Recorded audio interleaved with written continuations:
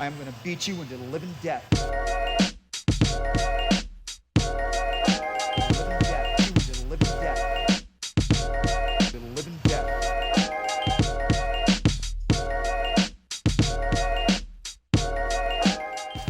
What's up, everybody? Welcome to the Walkout Network. It's your man, Ant Walker, here with the latest edition of the Living Death Show.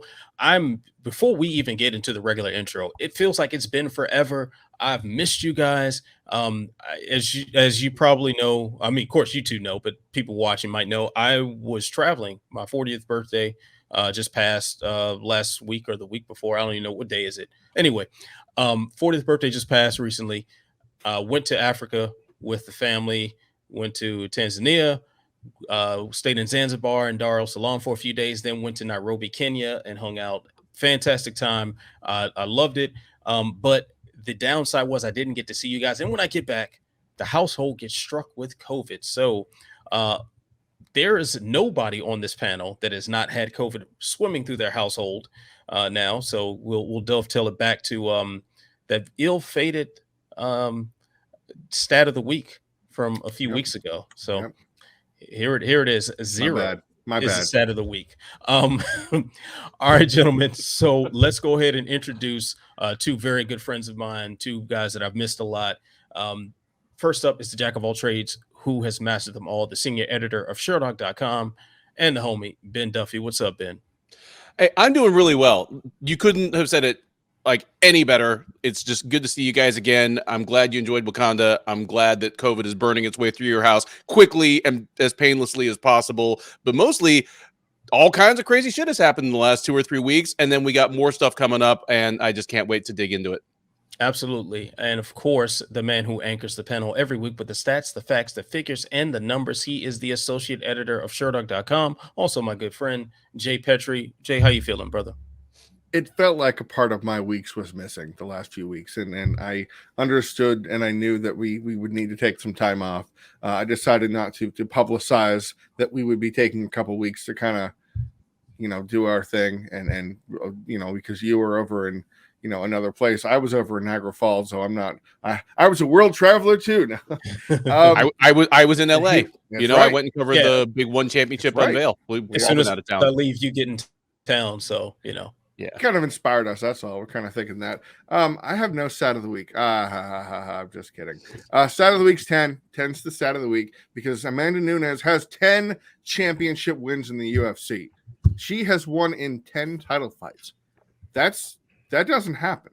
That doesn't happen very often among any fighters that have ever fought. How many other fighters have done this? Anderson Silva, Demetrius Johnson, GSP, John Jones. That's it. That's all. It's the only other fighters in the history of the UFC that have amassed that many championship wins. So Amanda Nunes is in rarefied air where one day, if she keeps on cruising, keeps on winning, it might have to push aside the greatest of all time for the regardless of gender thing, because what she's doing and the revenge fight that she had on Julianna Pena is pretty remarkable.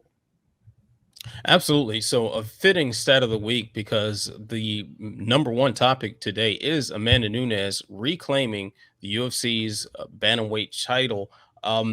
And now the question begs, like, what do we? In fact, you know what? Before we even go into what happens next with Nunes, let's talk about the fight itself for a little bit because I think this is interesting to discuss here. The commentary is the first thing that comes to mind. I actually watched this main event live, so had commentary on and was following along with it as in real time. Was the commentary making it seem like it was a closer fight than what it really was? Because Yes. I saw one-way traffic the entire time. Yeah, it was. And before we even touch on that, Joe Rogan, why do you feel the need to claim that your female fighter champions are beautiful or gorgeous or attractive or whatever? That kind of rubbed me the wrong way when that was, he was billing how good that Julianna Pena was, and then he touched on her attractiveness as if it were one of her metrics like that she is a good submission rate and that she has never been knocked out, and she's also smoking hot, and then she can do, it's like what are we doing here? That it felt really uncomfortable. And I hate to be that guy, but can you imagine him saying that about a male fighter? Yeah, Well, I he- can. No, of course not. in his Seriously. defense, he has like that version for male fighters where he's like every time Czech Congo fight, he just obsessed over his body. Yeah, man. Like, I mean, body mass. he has his moments. Like he's got his man crushes. Oh, yeah. In the sport for sure. and he but- had the but key you're right. words of, yeah. Yeah, Jay, you're absolutely right. I mean, we'll once again quote someone who we've had on this show once or twice, and a good friend, Jed Meshew, who of MMA fighting. He had a tweet I thought was very funny. It's like Joe Rogan listed, so many X amount of attributes as Pena is being introduced into the cage, about how, like, why she's so good and such a great champion. And then like the fifth one was her being good at fighting. It's like that's kind of the first step in being a good fighter is being a good fighter. So I just found that hilarious, man. Nunes went into this fight with a level of focus and like discipline that we haven't seen from her in a very long time, and I would say even ever. She's blitzed her way through pretty much everyone she's fought as a champion or leading up to her title, with the exception of Pena when she lost the belt. So granted, there was a certain level of measure that came across her for certain opponents, for certain situations, but she's largely just kind of brooded her way through people. This time she showed a lot of finesse, and even body-wise, super ripped, looked in incredible shape, had none of the conditioning issues that were plaguing her earlier in her UFC run. I mean, what do you make of this version of Amanda Nunes? I'm trying to think of another time in the history of high-level mixed martial arts that this particular situation has happened. How many times have you had a top fighter, maybe on a plateau or off a loss, saying, I am leaving the huge, well-established team that brought me to the top, and I'm going to go train at my own gym near my house, and it turned out to be a good move? Has it ever happened with another fighter? Like, and I know I'm putting you on the spot, like don't feel the need to answer that definitively, but normally exactly how that story ends. And I'm not talking about like the Mike Perrys of the world. I'm talking about like top level fighters. Yeah, the like only when one they I can leave. Yeah. I mean, Ray Cooper is the only guy who I can think of in PFL where he was training in the garage. But that was partially due to COVID. But like, yeah, you're absolutely right. Carry on. Yeah. Like, yeah, every other example I can think of, it went wrong. Like Rafael dos Anjos, like that went horribly wrong for him in his first and only title defense. So, and I mean, BJ Penn, early in his career, he worked with AKA, he worked with Colin Oyama. He kind of cherry picked different teams from the West Coast. And then once he was at the top, he's like, I'm going to hang out with my homies and be the best fighter in my gym by a factor of 20 and run the rock as like weird gimmicky cardio. And he didn't fall off immediately, but it definitely plateaued. He was BJ Penn from there on out, Yeah, but even Penn in that at that time, he had to go to the Marinovich brothers. That's what saved him. Yeah, that was his saving grace during that time. Yeah. So like the camp itself fell apart very clearly once those guys were out of the picture. So yeah, I mean, excellent point, Ben. Like this is unprecedented. And anyone that's watching it, put it in the comments. What examples are we forgetting right now? Because I genuinely can't think of anything.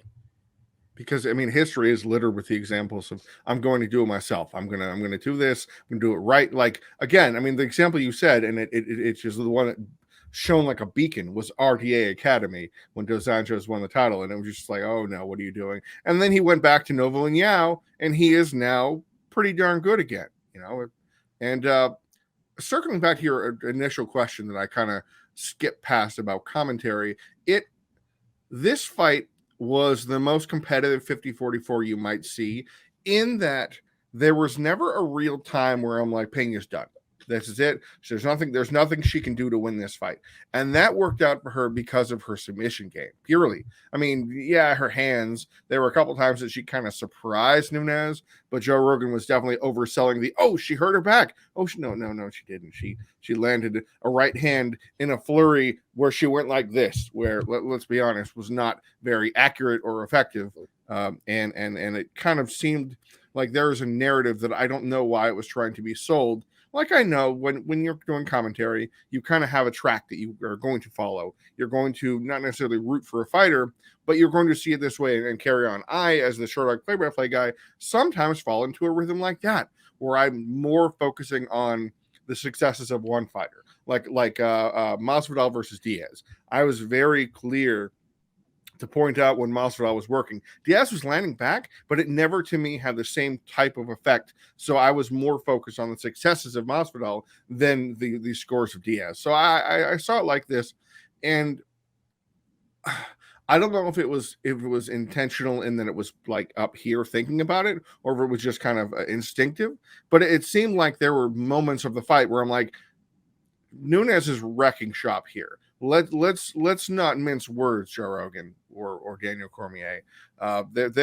This fight isn't close. This fight is, the fourth round was the armbar, but this was could you even possibly argue that Pena won a single round?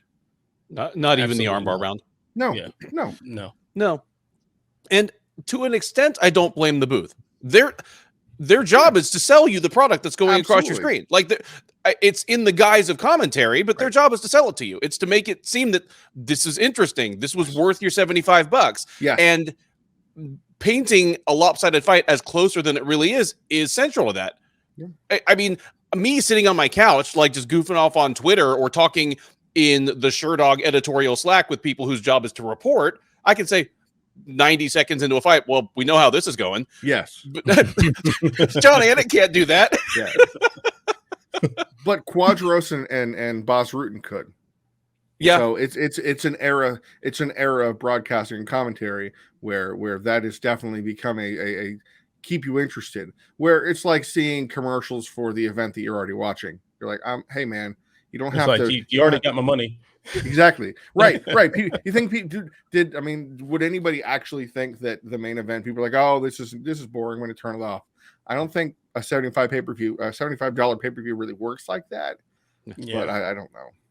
Yeah, definitely some good points there. But let's focus on the future here for Amanda Nunes. Now she's once again double champion. There is a prospective trilogy match with Julianna Pena. Our buddy Matt Wells is asking Dana about that trilogy fight with Shevchenko, which I still not a big fan of. Then there's still this 145-pound belt that, although the division doesn't exist, the belt does, and something's got to happen with it. So, fellas, what should the UFC do next with its now once again double champion Amanda Nunes? I mean, there's only one legitimate answer for me, and I'm gonna pass it over to Mr. Duffy, because his matches to make column addressing that one fight is the only fight that makes sense to me. I appreciate that. Let me throw out first here that Amanda Nunes had a couple of things at stake going into Saturday. Obviously, there was getting back her belt. That it all starts from there. Obviously, she's there to get back the belt, but everything else kind of springs from that. Reclaim the status as the number one pound for pound fighter in the sport. Whether you want to divide it on gender lines or just say, no, she's the top fighter in the sport, period. Needed to get that back. Needed to answer all the questions. There were questions after December's loss about her cardio, about her training, about her heart even. People saying, she kind of wilted when things weren't going her way. She had questions to answer about that. Low key on that list of things she could accomplish is earning the right not to tie up the end of her career with endless rematches. Yeah. And it's important. Think of how Daniel Cormier went out. Think of how it looks like Stipe Miocic might go out on just like this sentence ending in 3 dots. And those dots are all Daniel Cormier. Like, because if Nunes had beaten Pena, they probably would have made the Shevchenko fight a trilogy fight next. Like, it would have been a distinct possibility. Yeah. If she had not beaten Pena so convincingly on Saturday, we would almost certainly be looking at an immediate trilogy. So one thing that she accomplished beyond just getting her belt back is beating Pena badly enough that maybe the UFC is like, we can't really sell the trilogy fight right now. It's the thing that you usually hear me say after a big upset. Okay, if they fight 10 times, how many times does it look like that? Is this Sarah versus GSP or is this Holm versus Rousey? This makes it look a little bit more like Sarah versus GSP, their first fight. If Nunes and Pena fight 10 times, I think Nunes is winning at most 2 of those, and most of the rest are looking like Saturday's main event. All that, my long way around to saying that I think Ketlen Vieira should be next for Nunes. She's earned the right to fight a new face at this point. If she wants a new face at bantamweight, as opposed to going to featherweight and taking on whoever wants to make a second trip to the buffet, Vieira's it. She's beaten Holm. She's beaten Tate. When she beat Misha Tate, if she'd lost to Tate, Tate almost certainly would have gotten an immediate title shot against Nunes. So fair play. Vieira, of course she's going to be a huge underdog to Nunes, but so is everybody. Pena was a 2.5 to 1 underdog to Nunes after choking her out. Like, everyone's going to be a huge underdog. You can't look at it that way. So yeah, she's going to go in there, plus 400 or something, but she does present certain problems. She's a huge bantamweight that Nunes might not just be able to straight bully around. She has been in 5-round fights in her last 2 fights and seems to have gotten her weight cut under control, and her cardio is no longer a problem. So if Nunes really does have a cardio issue that Pena exposed back in December, Vieira's another one who can kind of test that and kind of poke at it. I'm trying to sell you a huge lopsided matchup here because it's all we got in that division, but Ketlen Vieira is the best of the available options at 135. Yeah, I have no interest in seeing a rematch with Pena. I have no interest in seeing Shevchenko 3. It's the only fight that keeps the division moving, and it's something interesting because when watching Vieira Holm the first time, most observers gave it to Holm. I rewatched that fight later after it happened, and I gave 2, 3, 4 to Vieira to say, okay, I can see, she won that fight. So it matters that she won the fight on the official metric, because at the time, conventional wisdom and the community said, no, she lost that fight. But now people kind of go, okay, yeah, she won it. And then you look back and go, yeah, I'm comfortable with that. And when you beat Molly Holm, when you beat Holly Holm and Misha Tate, mixing them up. I mean, you're beating 2 of the last champions in the division, basically. So it's that kind of thing where, like in light heavyweight, where you're beating on the former champions to get there.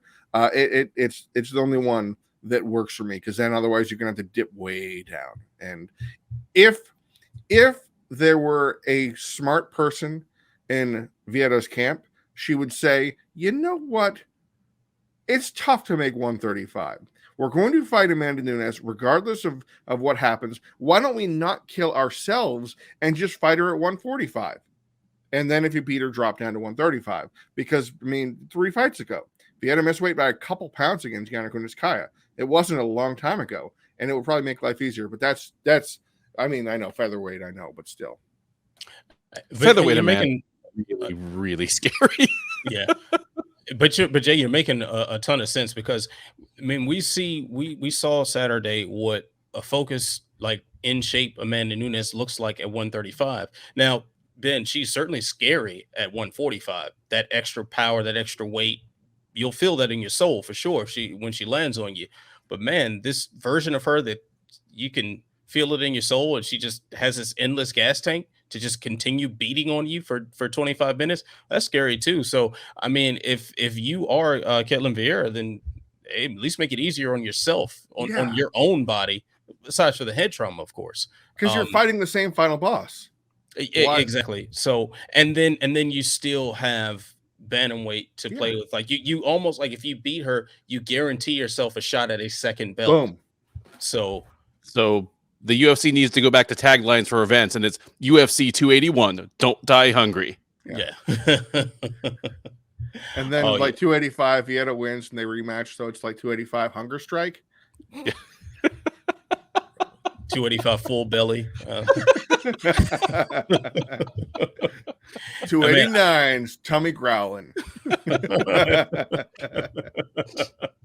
All right. Well, speaking of a bunch of rematches, let's go ahead and talk about the flyweight division, because former champion Brandon Moreno is now the current interim champion, setting himself up for another fight with Deiveson Figueiredo, who he just gave the belt back to earlier this year. So, I mean, before this is all over, man, how many times are these two going to meet each other in the octagon? More than I think 4. this is the last one. You do? I do. I think this is the last one. Go on. I think regardless of who wins, there's the distinct possibility that Figueiredo is not going to stick around at 125 forever, like in my opinion. And I could see a thing where this next time they fight, he beats Moreno convincingly, moves up to bantamweight, and we never see the guys fight again. I can see that. I suppose I kind of have that selfish hope and dream that the UFC just kind of makes like a legacy weight, and they just make them fight every 6 months and just keep on going at 130. We shouldn't need rumble weights in between like 125 and 135. Like, come on. Yeah, I'm down with whatever. I mean, it doesn't have to be so crazy and complicated, because at this rate, what we just saw with Moreno and Kai France, he's going to do that. Moreno, if he's the contender, if Figueiredo's a contender, they're going to be knocking out guys. Now, of course, that's fine. We're okay with that. We like that thing. You know, Joe Benavidez had a great time for a while as the guy just bumping off all the rest of the contenders coming up. So, I mean, realistically, the way these guys scrap, you could. I don't want to put on my hat or anything that's made of tinfoil, but they charge forward together. They crack heads a lot. I can see them clashing heads, and a cut forms, and we have to see number 5, and then somebody slips on a banana peel, and we have to see number 6. This team with a glove that's an eyelid, and then we got to run it back. Yeah, I mean, it's I joke, but it's the moneyest to fight in the division. Like, there's nothing else. You can't put in like Matheus Nicolau. Like, I mean, Pantoja is amazing, and he's going to end up being the Leon Edwards of the division at this rate, except for the one that smashes through people. But I mean, Duffy's probably right, but I know the sport. And I mean, I'm not saying you don't, but I know the sport. It's weird, man. UFC is going to squeeze all the blood from this stone they can. And am I crazy? Are they going to fight after this one, or is this going to be the UFC 282, all the marbles and Legos or something? I mean, I think that this can be a recurring thing, these two seeing each other.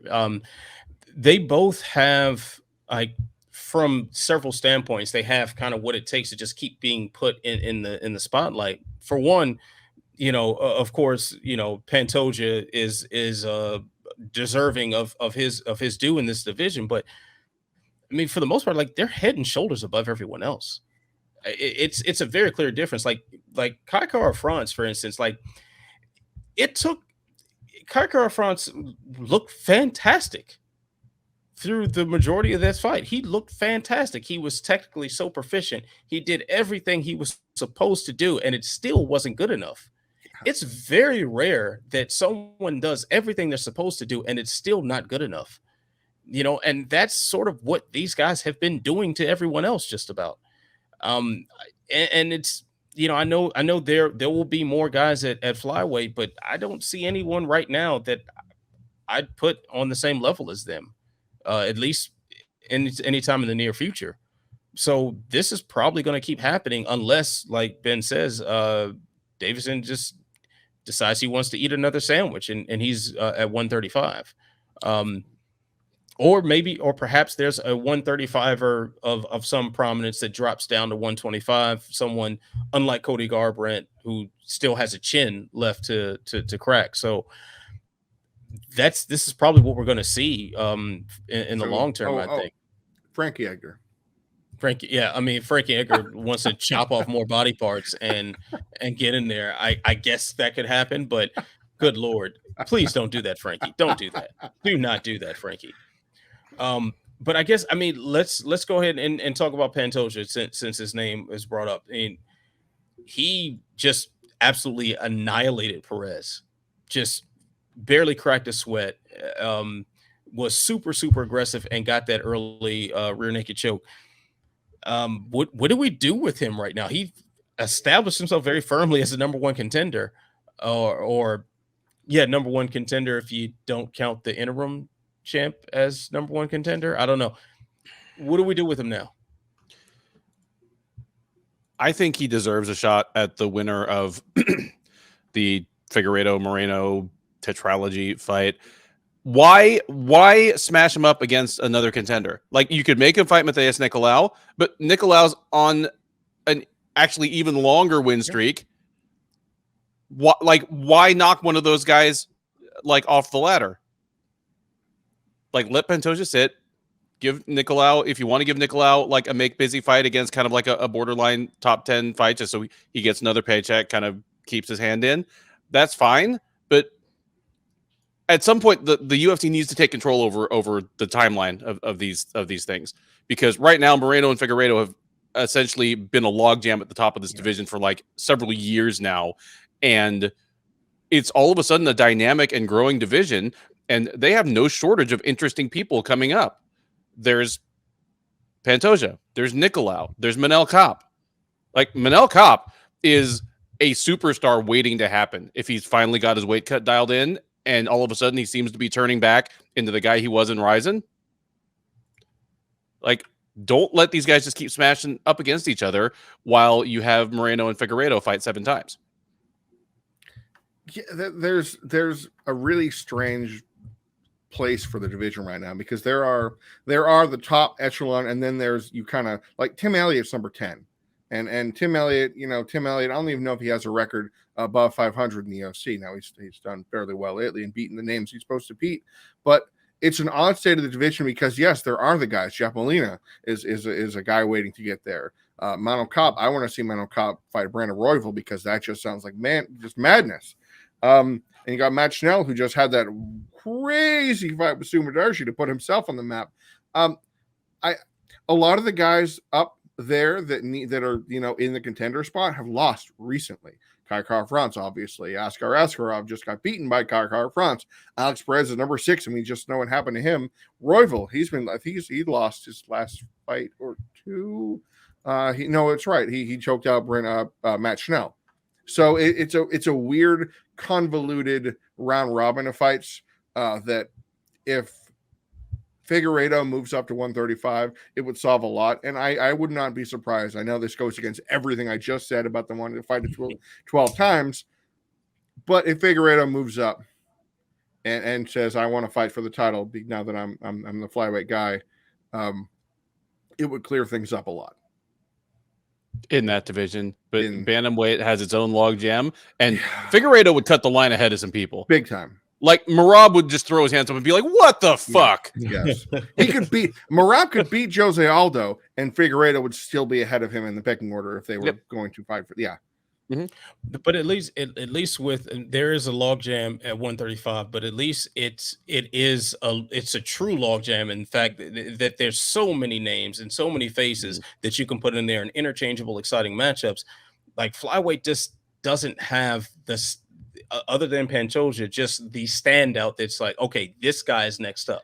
Yeah. It just doesn't have that. So it's like, as long as Figueiredo stays at 125, like, it's essentially drafting Moreno and Figueiredo to be the guys to lead that division for the time being. Like, it's just because there's no one else that's going to do it. Well, it's like at 185, you got Adesanya, you got Whitaker.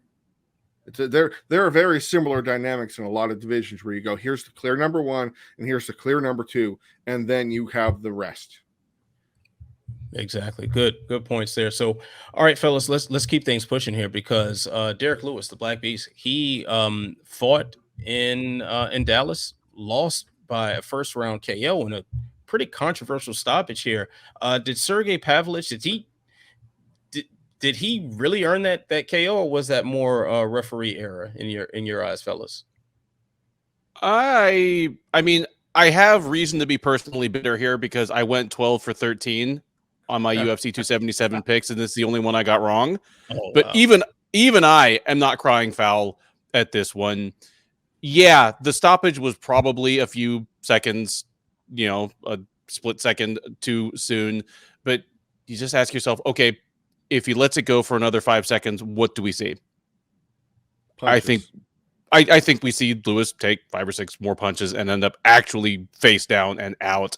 So yeah, it was an early stoppage, but I don't think it affected the ultimate outcome of the fight. Like, you pause it right before Dan jumps in and ask me what's going to happen. I'm like, this is ending in a first round TKO for Pavlovich, whether it's 3 seconds from now or 90 seconds from now. It's similar to me to Ben Rothwell, Marcos Rogério de Lima that happened recently. Now Rothwell was not out entirely, and he claimed he was fighting back, but Rogério de Lima had just put him on ice skates. Poor Rothwell, the guy that also had to take a standing TKO against Cain Velasquez against the fence. Yeah, and had to take a TKO by groin shots when he fought Stefan Struve, and that was a whole different thing. And now he's in Bay KFC, so good on him for making a payday. Okay, I guess. But here's something I actually noticed. First of all, I thought the stoppage was fine. When I saw the replay, I mean, I kind of saw it when I was covering it live, because Derrick Lewis bonked his head on the floor with his face. That is a telltale sign for a referee to see this guy kind of face planted. There was no hands to stop him from going boop on his head on the floor, and that I can see why Big Tan was like, yeah, I can see this is over.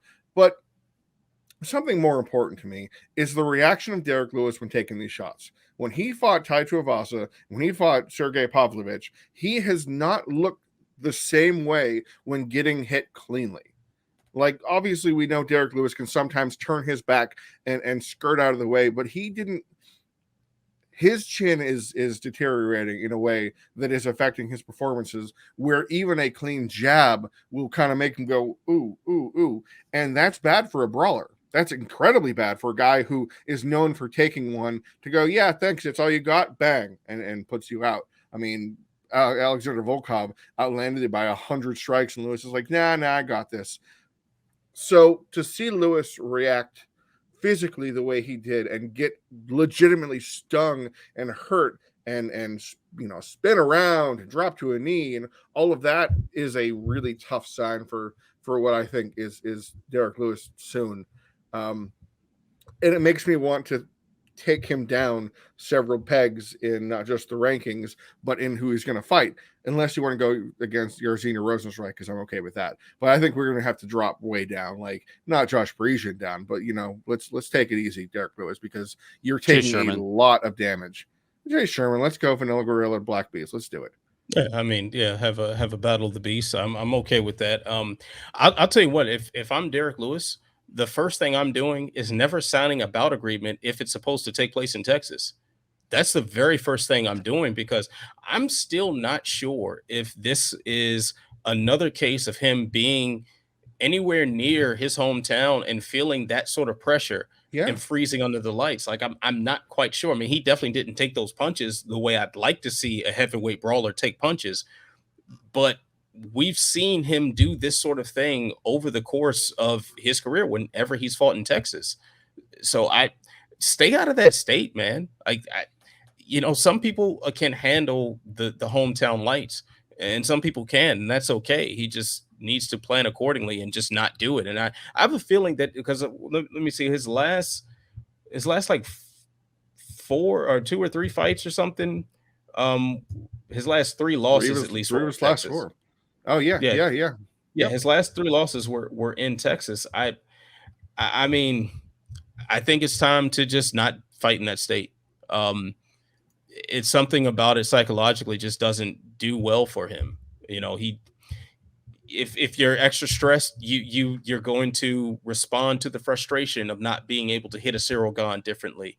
If you're extra stressed, you're not going to respond to the punches of a Tai Tuivasa or Sergei Pavlovich the way you normally would. Like, I want to take that factor out first before I take him out to pasture, as far as like his shelf life as a heavyweight, which by the way, we know that a heavyweight can last a very, very, very long time in the UFC. So fight out of Texas, and then we'll reevaluate, in my opinion. look at, I mean, again, to dovetail on what you said about Lewis in Texas, his last 3 losses, I mean, if you go through he fought Pavlovich, lost in Texas, Tuivasa, lost in Texas, Dawkins, Apex, won it, knockout, clean knockout, beautiful first round knockout, which is a rarity for Derrick Lewis. Cyril Gahn, Houston, loss. Curtis Blades, Apex, big, beautiful, gorgeous uppercut. Alexei Oleinik survived the scarf hold, knocked out Oleinik, Apex. You know, there's a very big difference here. But there's something else that is concerning me, and I wish it won't happen because he's an exceedingly active guy, but I really think he needs to take some time off. He has 1 knockout loss away from the UFC's all-time record of knockout losses, which is like Gonzaga and Struve and Cerrone and a couple and Mir. Yeah, I had the list in front of me. Anyway, that's bad for, I mean, like, you know, think of the fighters that have had a lot of knockout losses in their career. You know, I know he's 37 and he's never really, you know, talked about wanting to do this for 10 more years or something, but maybe take the rest of the year off and come back fresh in 2023 in the Apex. Yeah, I like that idea too. I would just hate to see like a few years from now that Derrick Lewis is like the next Bigfoot Silva. Yeah. You know, and that's what this could be headed to Sure. if he continues taking punches the way he is. I just say, hey, I agree with you, Jay. Take that time off and then book that next fight outside of the state of Texas, and we'll see where we stand. Shout outs. Today is 7 years to the day from Bigfoot Silva's last MMA win. Jeez. Well, good thing he's fighting some guy with 100 wins in boxing soon. Yeah. And good thing he fought Dasik recently. That's an easy fight. Oh, whoops. Good Lord. Yeah. It's disgusting that guy's still getting booked, and at the rate that he's getting booked to is absolutely sickening. All right, fellas. Well, there's a story about that. I'll tell you guys off camera about Bigfoot Silva. It's definitely looking forward to hearing that. There's a reason why he's taking these fights. Anyways, carry on. Oh, all right, fellas. Let's where is my, make sure I'm on the right timer. Oh, you know what? I changed the timer because of something that I was doing gym wise. But you know what? Let's stay on 10 seconds to answer some questions. But the pressure's on. The pressure is on. So, Ben, I'm going to start with you. Did Alex Moreno's win over Matthew Selmansberger move him from reliable action fighter to rising contender? While wearing the magic t-shirt of journalistic integrity and impartiality, I will say no. Alex is what he is, and that's awesome. All right. Let me ask you a question, Ann. I want to ask you the next one. Can I ask you the next one? Yeah, of course. Magomed Ankalaev, he broke Anthony Smith, literally and figuratively. 9-fight win streak. How many more wins is he going to need to get a crack at the belt? I give him like 1, maybe 2. He's got to be pretty close up there. Light heavyweight, despite the influx of talent that we've seen lately, still pretty slim pickings. So he is the Leon Edwards of that division by a long shot. 9 wins in a row in light heavyweight, and we're still like none of them even close. Yeah. He's not lost 1 minute of any of those 9 fights. Yeah. It's crazy. Like, I think he really should have a signature win that we look at. Like, didn't he have like some crazy wheel kick knockout and all that? Like he front kicked Dalcha. The front kick. That's right. His front kick. Yeah. Like he head kicked Kudalaba so badly that Kevin McDonald's like, no, he's gonna die. Don't do that. Yeah. I mean, this guy really should have. He just doesn't have that signature moment that I think will cement him in place, but he's got the resume for it already. All right, Jay. So I'm gonna ask you a question here now. Oh shit, I pressed the wrong button. Here we go. I don't know. I'm just terrible with this thing. All right, here it is. Which undefeated UFC 277 victor has a higher upside, the 14-0 Michael Morales or 6-0 Hamdi Abdelwood? You know what I'm saying? I should be saying the 22-year-old that's 14-0, but no, I'm going to say the 28-year-old heavyweight Olympic wrestler who's 6-0, has granite fists, a good chin, and he can wrestle. Yeah, he's watch out for Hamdi the Hammer, guys. That was a pretty good fight on that. Like, that was a damn good fight he had. So I'm in agreement with you there, Jay.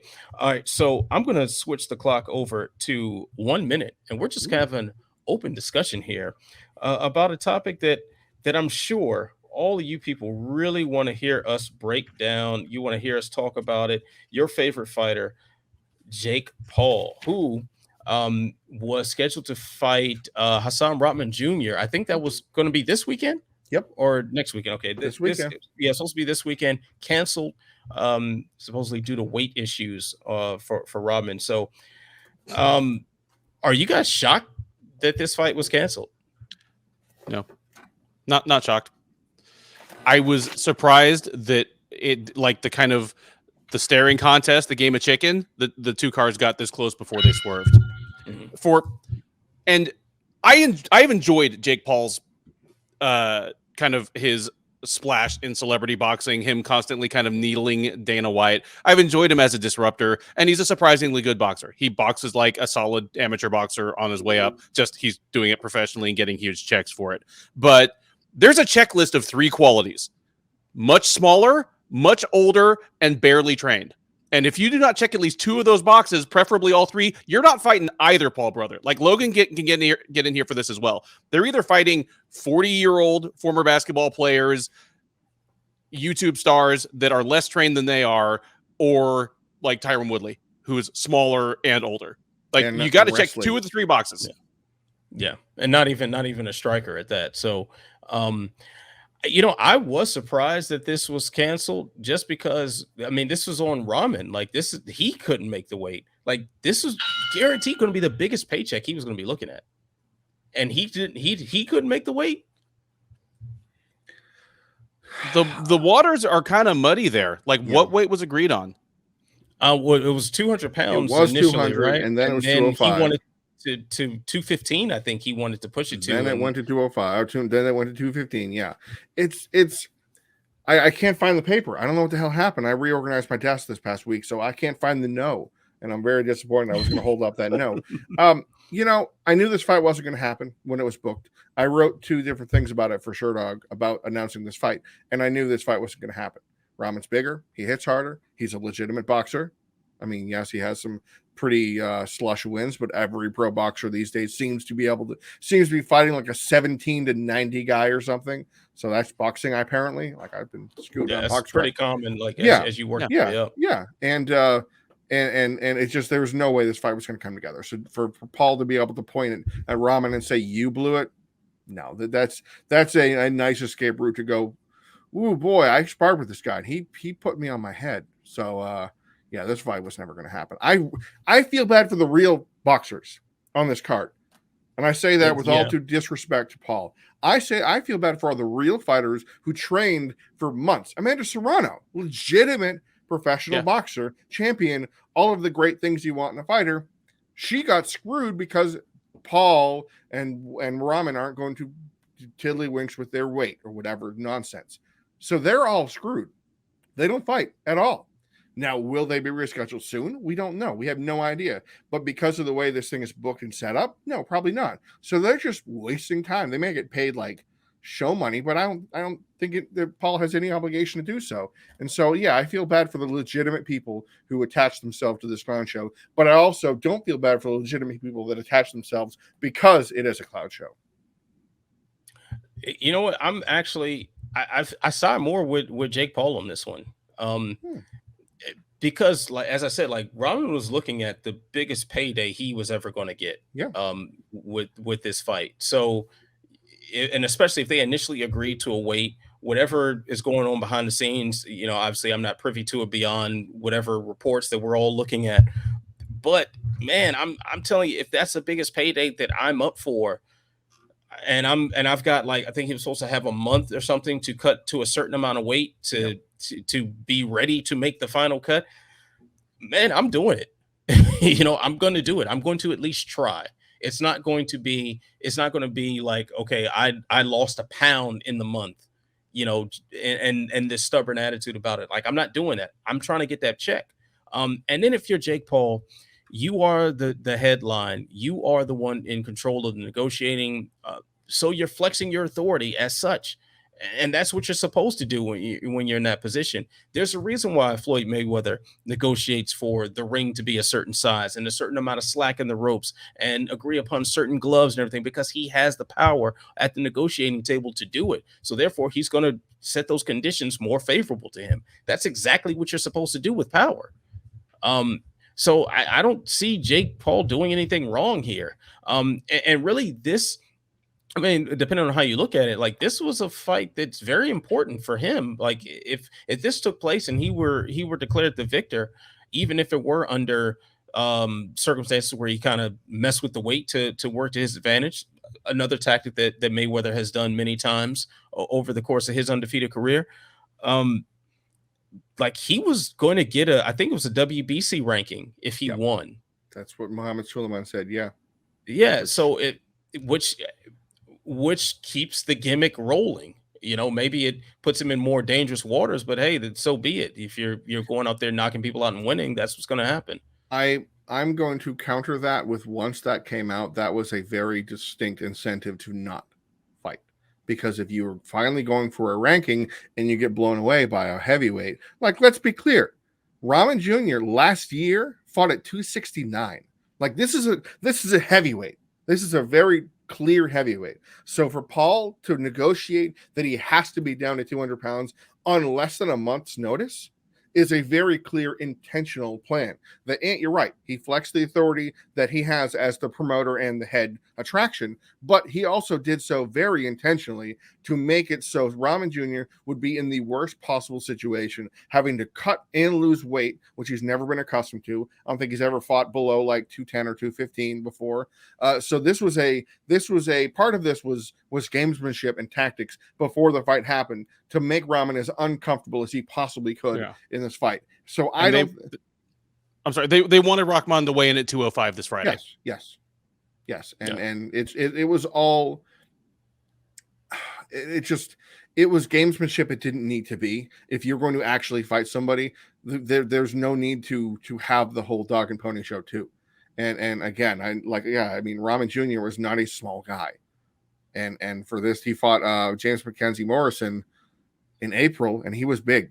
Like, so this is a guy who walks around probably at 240 or something like that, and maybe bulked up for that fight last year. I'm not sure exactly.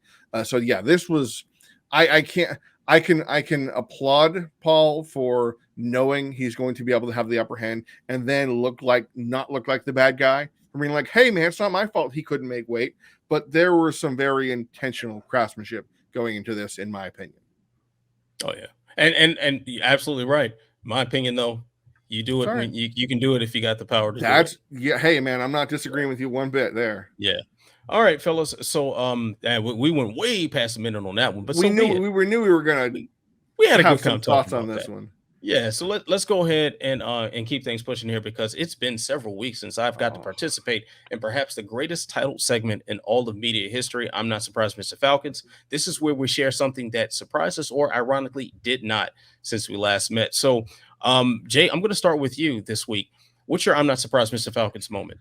All right, I'm going to do my best to respect the clock here, because I could go on for like 45 minutes about this. Last week, I attended the ABC Association of Boxing Commissions conference in Niagara Falls, and I enrolled in both the MMA judge and referee courses to be trained. Now, to be clear, ABC does not certify; they're not a licensing body, but they train you to be up to the specifications to then be trained and regulated in your state.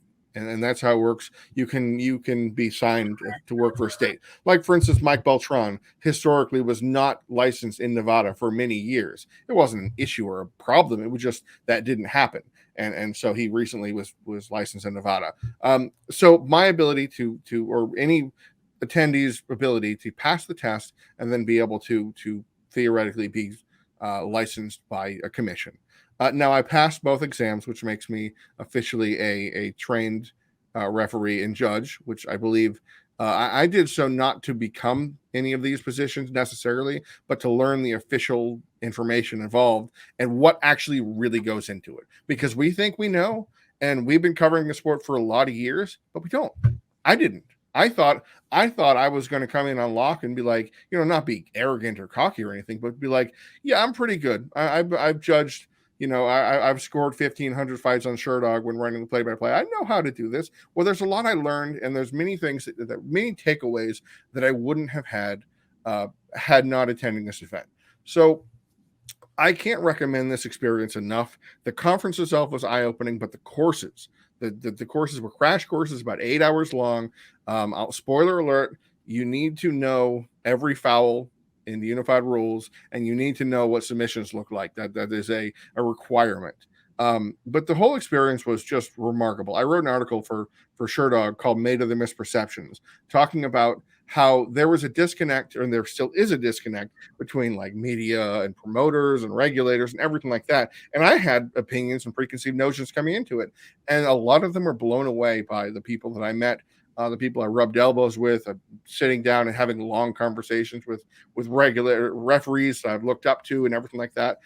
So I really recommend this for anybody they're really into the sport and want to learn more. This is a huge way to get in there and meet people and expose yourself to a side of the sport that you wouldn't have had possible ahead of time. So I recommend any type of these kind of training courses multiple times a year to check those out, because it was worthwhile and a great experience. Sounds like you had a great time having lunch and dinner with the likes of Cecil People, Kim Winslow, Steve Mazzagatti. You covered all the rounds of officiating. Was that the table you were hanging at? Adelaide Bird was in my judging class. Yeah. Oh, okay. Yeah. Oh, well. She passed the test too. Not that was any in doubt. I mean, it's because in certain states you have to stay up to date either every year or every couple years to attend the courses, just because things change, little things tweak, 10-8 rules change, all these things change. So yeah, there were some other dignitaries and officials, and a lot of referees attended the judging course. So yeah, it was wild, man. I could go on for a long time about the things that happened. There's a lot of off the record things that I will never share, but it's all right. Well, at least not on air. We'll talk. Okay. We'll talk. We'll see what happens. I'll get some info out of you. So I'm also hearing. So you're saying how you came in, with the confidence of your experience with Sherdog and all the fights you've scored and play-by-play and everything that you've done. So what I'm hearing is you came in there. I mean, just big stuff, just swinging around, dragging the floor, knocking stuff over with it, throwing it on the desk, and it cracks in half. And then you realize that it's not about the size of the pencil; it's how you write your name. Very interesting stuff there. Very interesting stuff. I was very proud of several references I was able to drop to gain the respect of my colleagues.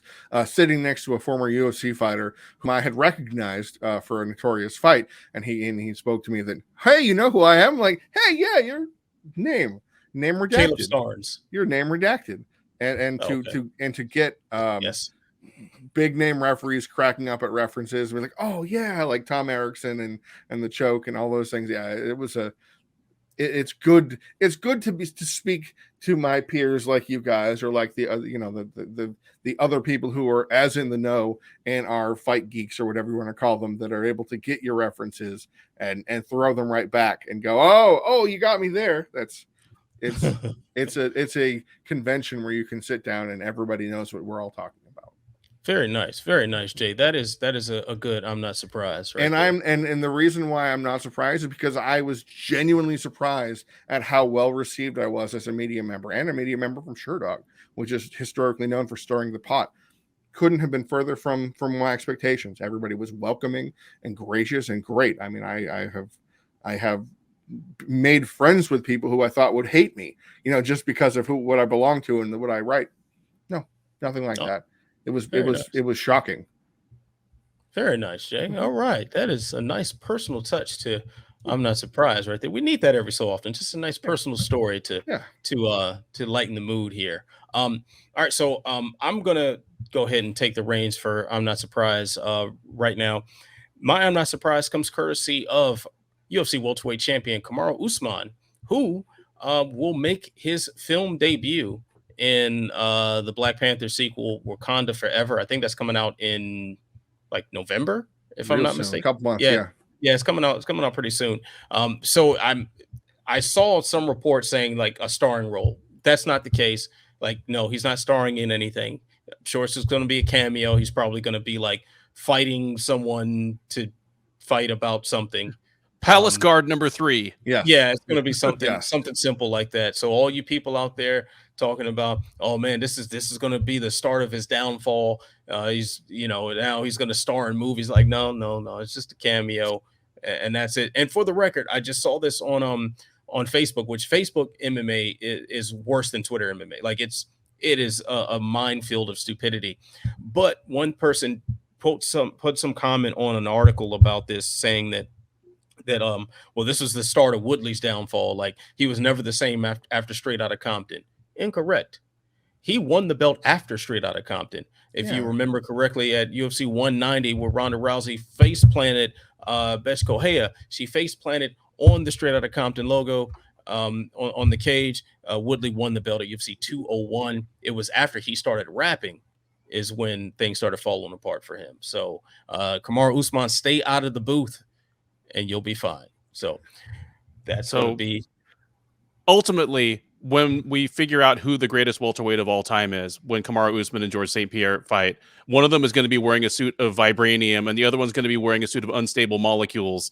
And it's going to be on the deck of a battleship or into some burning skyscraper in a Marvel movie, is what you're telling me. Yeah, pretty much. Like we actually might get that fight. And I don't did Bat Rock the Leaper? Did he die at the end of Falcon Winter Soldier? They kind of left that it in the air, didn't it? Like he got shot, I think, right? Yeah. But he it was a helicopter thing, and then I think the helicopter. No, he survived the helicopter because he came back in the last episode. I think Sharon Carter shot him, if I'm not mistaken. But they never said if he died or not. Yeah, I'm gonna go with he's alive, and that would be if Kevin Feige knows what he's doing, he'll sneak that in somehow. I don't know how, because they're minor character. Well, like if Usman's named, then it's different. Because if Batroc comes to Wakanda, he gonna kiss them hands. He comes to Wakanda. He ain't playing that shit, you colonizer. All right. Yeah. All right, Ben. So your turn now. Please share with us your I'm not surprised, Mr. Falcons moment this week. Well, hey, I want to talk for a minute about Roberto Soldic. Yay. Roberto Soldic is one of the best fighters and most exciting fighters in his general weight category in the world, period. Certainly outside the UFC. He is the KSW welterweight and middleweight champ. He is just 27 years old. He is a numbingly exciting fighter. I mean, he's 20-3 right now with 17 knockouts. He is 8-1 in KSW, and the only loss was to Dricus du Plessis, your current UFC rising like top 10 middleweights. That, oh, by the way, in their rematch, he knocked du Plessis out. Like, Roberto Soldic is a guy that, if he were in the UFC, he'd be a top 10 middleweight or a top 15 welterweight instantly, and at 27 has all the upside in the world. We knew that he was coming up to a point where he could jump from KSW if he wanted. I was waiting with bated breath. I mean, one of my first written one-liners that ever really got Jay bad is when he knocked out Christian Kasabovsky so hard that they sent the produce truck instead of an ambulance for him. I still laugh about that. He signed with one championship. Roberto Soldic is headed to one championship, and I'm not mad at it. I mean, there are a lot of things that obviously we have all taken one championship to task for over the years. There are still some things they do that, I think qualify as buffoonery, but seeking out the best fighters in the world is not one of them. This is a hell of a signing coup. There's no smoke and mirrors about this. This isn't Rug. This isn't even Buchecha, where it's like you're signing him because of that cachet of signing the greatest heavyweight grappler of all time, maybe, and let's see if he turns into an MMA fighter. No, they just signed the best free agents that will hit the market within a year of today in either direction. Roberto Soldic is a huge coup for them. My question now is, what do they do with him?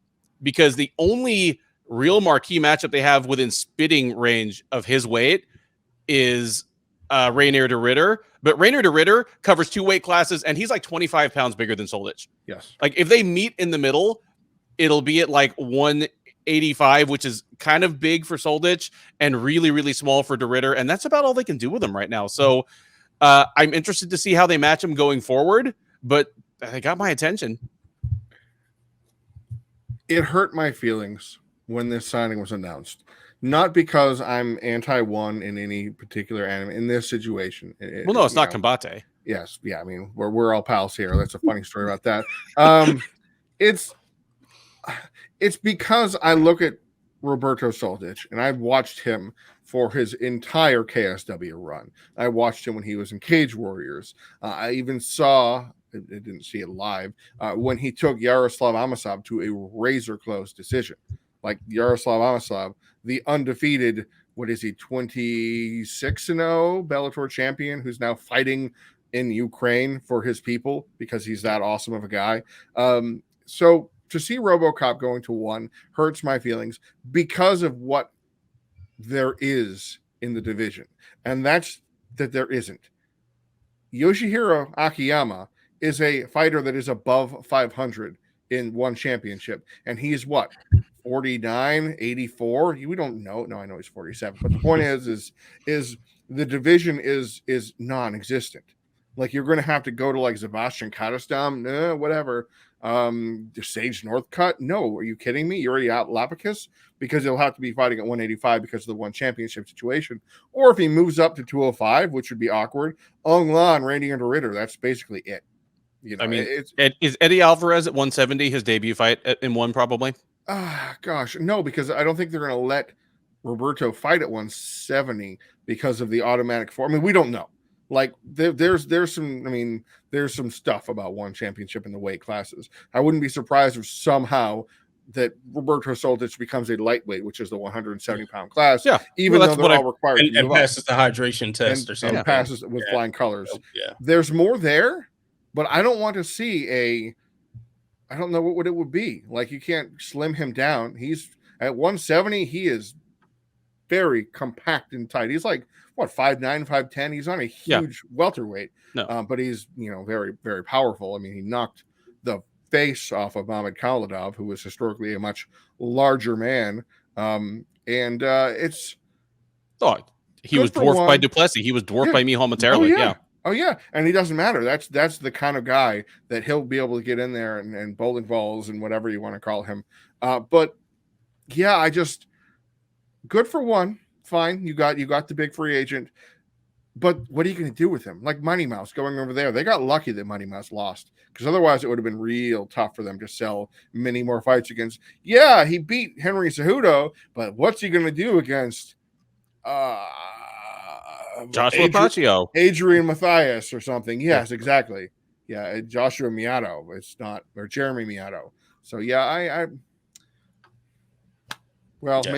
maybe in a couple of years when that contract ends and he's still in his fighting prime, you can see him, because I don't want to see like a Michael Chandler situation where we get him at 35, 36 and we go, oh man, it would have been awesome to see him fight against the guys in his prime. He's still really good, but oh man, I would have sure loved to see what he would do against Vicente Luque, right now. Well, how many fights are on his contract? Did they say? They like multi-year long-term deals. So It could be 4, it could be 6, it could be a 3-year deal, unless there's specifics that already. Okay, so things we know from the initial announcement. Yep. He wants to compete in kickboxing and Muay Thai as well as MMA. Okay. It's the only place he can do that. Kickboxing, little gloves. Yeah. Unless Bellator wants to bring back Bellator kickboxing and, let him fight Schilling. Joe Schilling. One place to do that, he does intend to compete at 170 and 185 in one championship. Oh boy! I mean, we'll if he passes the hydration test with flying colors, that color is going to be dark yellow. Yeah. Very dark yellow, like gold. gold, like all the belts he's won in KSW. Yep. Yeah, that's well. I mean, we'll see what happens. I mean, he could very well end up. They could try to build a division around him. They could. There are several different directions this goes in. But if he does want to compete in Muay Thai and kickboxing and stuff, then he is in the right place. He can go back and forth between the two.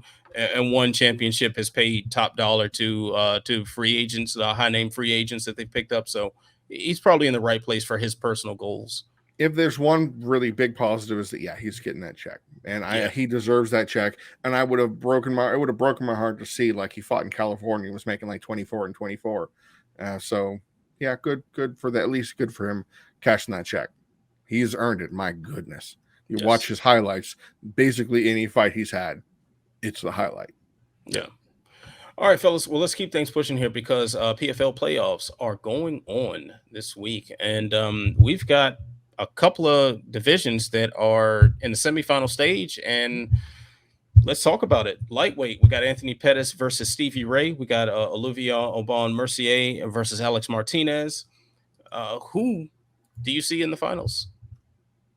Ben has the expression that makes one to know what's going on in his head right now. So Ben, what's going on? I mean, if you're asking me personally, I probably don't see anybody in the finals unless I have to watch it.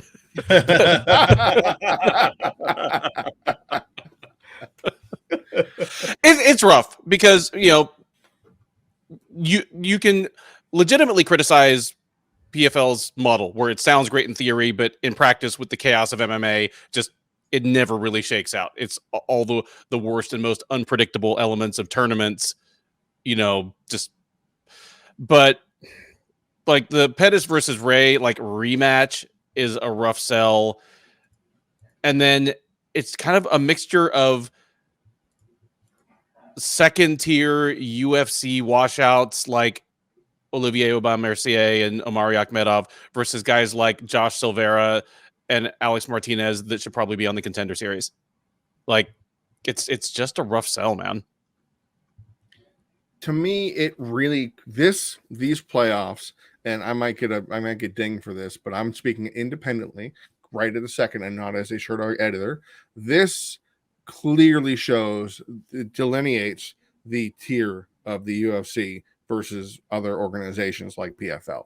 Like this is, and not just because most of the fighters in the semifinals are UFC castouts, but Anthony Pettis, Stevie Ray, Mari Akhmedov, Olivier Aubin-Mercier, Rob Wilkinson, all fought in the UFC and washed out of it, or left because they wanted to get greener pastures, or they washed out of it. And there's 8 semifinalists, and 5 of them are making up the semifinals. And this is not a unique occurrence to this event. And to see Anthony Pettis, Stevie Ray fight, less than a month and a half after a very clear-cut win for Ray. I understand the seeding process, how it works. I have no interest in seeing this fight again because there is absolutely nothing that Anthony Pettis will be able to do to get his ribs in order in a month and a half to defend the modified twister that Stevie Ray set on him, or the fact that he out-grappled him on the way, or the fact that he beat him to the punch. Like this, there's nothing to see here. So Olivier Aubin-Mercier versus Stevie Ray is a fight that I figure would have been like on a UFC, like I don't know, UFC 167, and it's in like Belém, Brazil, and they're on the undercard. That's the kind of fight, and that is what I see as the PFL's finals for the LFA, or for the lightweight division. And at the same time, I look at the light heavyweight division and I go Omari Akhmedov and Rob Wilkinson very possibly in the finals of the light heavyweight division, which would be a main card opener on a UFC on Fox card. This is the level that we're here, and there is no possible way to exceed it. Josh Silveira could blow the doors off, and we'd still be like, okay, cool. He's 11-0, and who has he fought? Omari Akhmedov, Rob Wilkinson. Cool. Well, that's a getting to the UFC. He beat a couple of UFC guys, former UFC guys, to get there. And he's if Josh Silveira had gone through the Contender Series to the UFC, Omari Akhmedov on like a 3-fight losing streak is a guy they would have given him as kind of like a warm open in his first UFC fight. That's exactly right. Yeah. So this is sort of this kind of highlighted some of the issues with PFL. Like we're seeing a rematch that we don't really care about so soon for the finals, or the semifinal. I mean, it is what it is. I mean, you guys are probably going to be watching because you're obligated to. I will not. I'm interrupting you because I have more hate in my heart, and hate is a very strong word. I shouldn't use hate. I should use really extreme aggravation. There are post limbs that the PFL is airing intentionally. That the fights will happen. There will be there's 10 fights on this card this weekend. There are 10 fights, so that means there will be 2 fights on the prelims, which are going to be, I guess, like next year's qualifiers, then the 4 semifinal bouts in the main card, and then 4 regional level 1-0 versus 0-0. I'm not making that up. 1-0 versus 0-0 fighter in the post limbs that are going to be airing in the world. And I'm praying that we don't have to cover post limbs. No, we don't. All right, we don't. Well, you know that? Oh, yeah. Like Sherdog editor-in-chief Mike Fridley said, we're never covering another post limb. Okay. Yep. And so TV off the moment the post limb start. Yeah. All right, fellas. Well, let's keep things pushing here. Instead of talking about this weekend's upcoming UFC event, the headliner is Thiago Santos and Jamal Hill. Not a whole lot to talk about on this card, in my opinion. I just want to see Sam Alvey lose again, just to see how long this keeps going. That's really my only takeaway from here. But I think it'd be more fitting to conclude the show with some breaking news and quick bit about that. James Krause, UFC vet and coach at was it Kansas City Glory? Yep. Mm-hmm. He has announced his retirement on the MMA Hour just a few minutes ago. So James Krause, man, like just briefly, like how are you going to remember his career? You know, when you think of fighters that are like the anytime, anywhere, but they're not really, like we know plenty of fighters like that they'll say like they're 195 pounds and they're going to say, yeah, I'll take a lightweight fight, knowing there's no possible way it would be sanctioned or would ever be put together, or the fact they have to fly here, you know, that happened all the time in COVID. Like you're not going to enter the bubble on 3 days notice from Texas or whatever. James Krause ain't that. He is the truest form of anytime, anywhere. You remember the fight that Ben, you remember because we were there when James Krause stepped up on short notice and gave Trevin Giles quite a fight. It was a Trevin Giles fight, right? Gave him quite a fight. Giles. Yes, because Antonio Arroyo passed out during the weigh-ins and went face first. That was a very scary thing. I issued an expletive on all of the weigh-in streams across the world because I was a little too loud for when I saw Arroyo crash and burn on his Jay's face. cameo on MMA Junkie, MMA Fighting, and every other. Oh, shit. Yeah. Yeah, because he went. I was the only one who saw when he had walked off and went boom. And Coach James Krause steps in. He might have won that fight. Like, he gave him the business. There was the real issue with the raised enormous controversy because Joe Solis, that had previously had a team affiliation with Giles, was one of the judges. Was judging, yes. Yeah. So that was something, man. James Krause, like I think this is a retirement that I think is going to stick to. My personal James Krause story, he was the first like real interview that I got as I made my way into MMA media on my podcast that ended up getting picked up by Sherdog Radio before we got picked up by Sherdog Radio. Saw him at an Invicta event because he was coaching Megan Anderson, and I went and talked to him and booked him for an interview, and he was cool, gracious, like very nice with his time and whatnot, but he also told me about a lot of his business interests, and I think he owns like Metro PCS stores in Kansas City. Like he's making good money outside of the cage, got a successful gym. I mean, I think this retirement is going to stick, but an action fighter, a gentleman, someone who was very determined to not cross certain boundaries just as a man when it came time to promote a fight.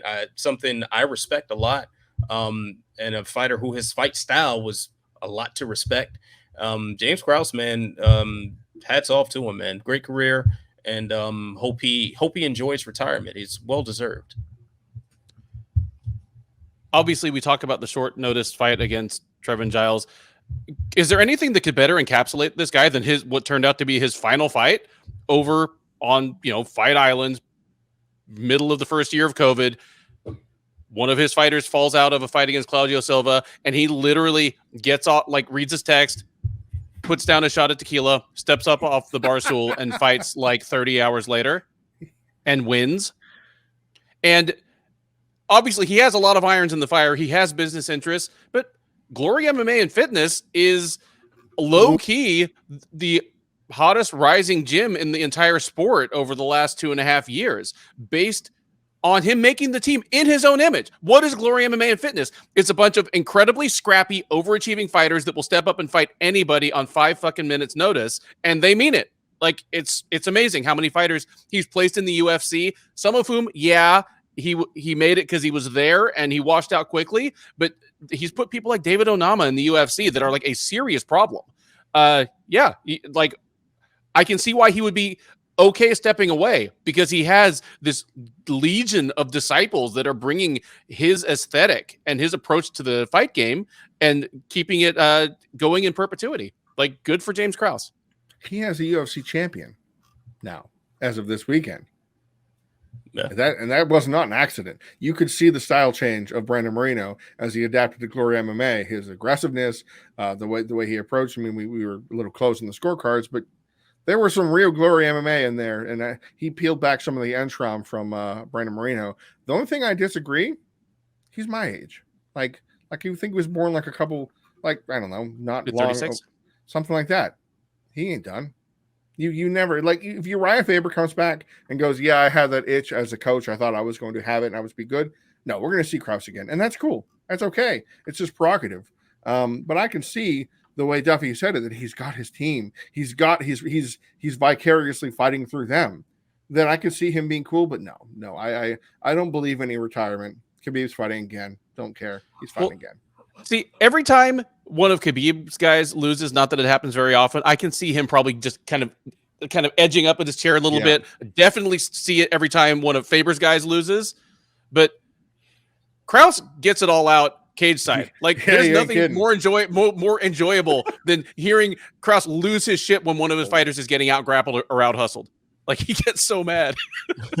I mean, what if he comes out of retirement on short notice? Like, another fighter. That is exactly how it. That is 100% how it will happen. The only way it does happen is if he stays licensed, which sometimes fighters can lapse if they're retired.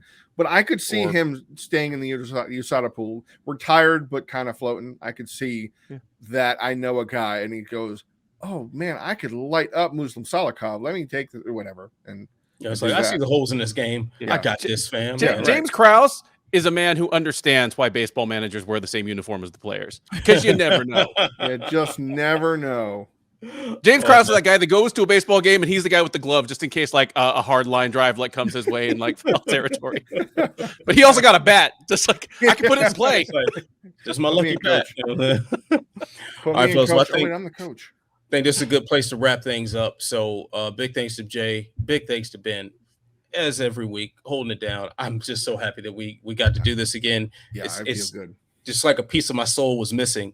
Every Monday, it's like, oh man, it's time to record, but I'm overseas. But anyway, I'm back now. So let's go ahead, like, subscribe, share, tell a friend, tell that friend to tell 10 more friends. Follow Jay and Ben. They're gonna have plenty of fight coverage for you on SureDog between PFL and the UFC this weekend. So stay beautiful, stay positive, and stay sexy. I'll see you when I see you. Peace.